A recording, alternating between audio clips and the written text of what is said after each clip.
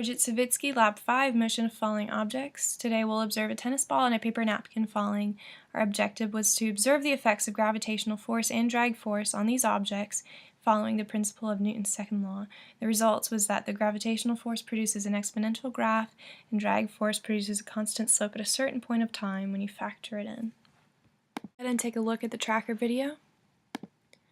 This is the tennis ball dropping. There's not a lot of time in between, but we can see the effects of gravity as the distance between each point becomes greater as time progresses. So it starts from rest. And that's why its initial velocity is 0. It starts at the origin, and I observed it from the instant the ball was dropped to right before it hit the floor.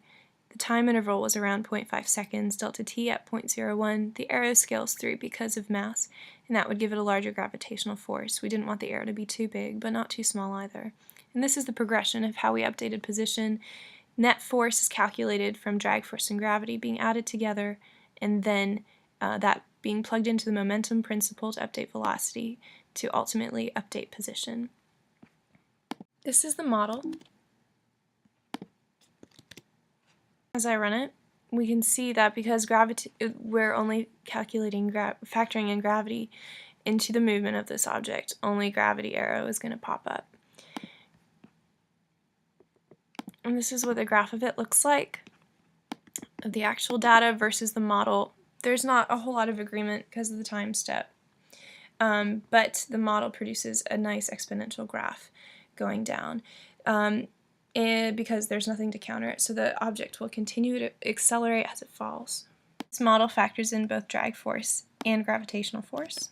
We'll run it.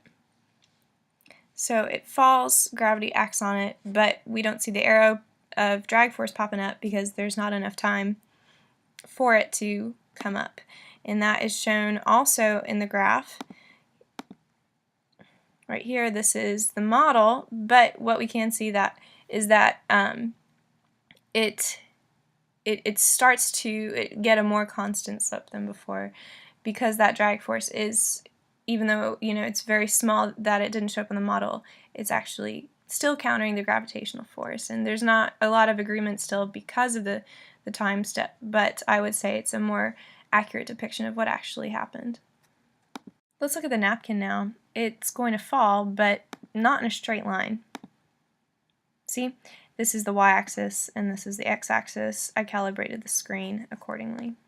Look at the model for the napkin falling. The initial position is right below the origin. Its velocity is at 0 because it starts from rest. I observe it from the instant the napkin was dropped to right before it hit the floor. Time interval was about 1.3 seconds, delta t at 0.01 for precision. The arrow scale is 400 because it's a very small mass. And the same position update is going on in the code. That net force is calculated by sum of drag force and gravitational force, momentum principle to update velocity, and then finally the position update. Here's the code of gravity only. So it's predicted that the napkin's just going to fall straight down, no drag force is showing up here. And this is the plot of the model versus what actually happened. There's not any agreement at all, and that's obvious because there's so much drag going on in the actual model. This is actually factoring in drag and gravitational force.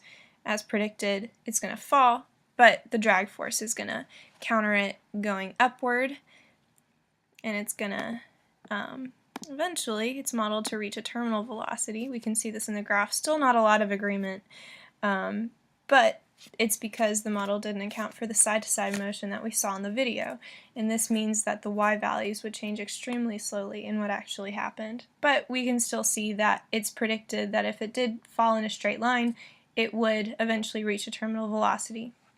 What does this all mean? So we can see from the models and the actual data that when you drop an object, it will increase its velocity because of the acceleration due to gravity, but it has that air resistance on it pushing upward, and so eventually it will cancel out and the net force will be 0, making it go at a terminal velocity or a constant velocity. So we expect the models with both gravitational and drag force to be the models that predict terminal velocity, and in fact we just saw that they do. The napkin had a velocity when it started So I calculated some realistic examples of what velocity could be if we factored this into our equations. And after modeling it, this is what I came out with. This is with gravity only. This is time, this is position, and there's good agreement between the graphs because gravity is causing it to accelerate. There's only a slight change in position. And then, but if we look at what it is with air resistance, there's very, very little agreement because we have to keep in mind that the addition of drag force will continually be added on to the object as it falls, and so it's going to be calculated to go way farther out than it really actually does, and I've highlighted that here. The difference, this is what this blue graph actually looks like when it's plotted to scale. So the models that factor in both gravitational and drag forces would show that the object reaches a terminal velocity because the forces would eventually become equal and opposite, cancel each other out, and make the object go at a terminal velocity.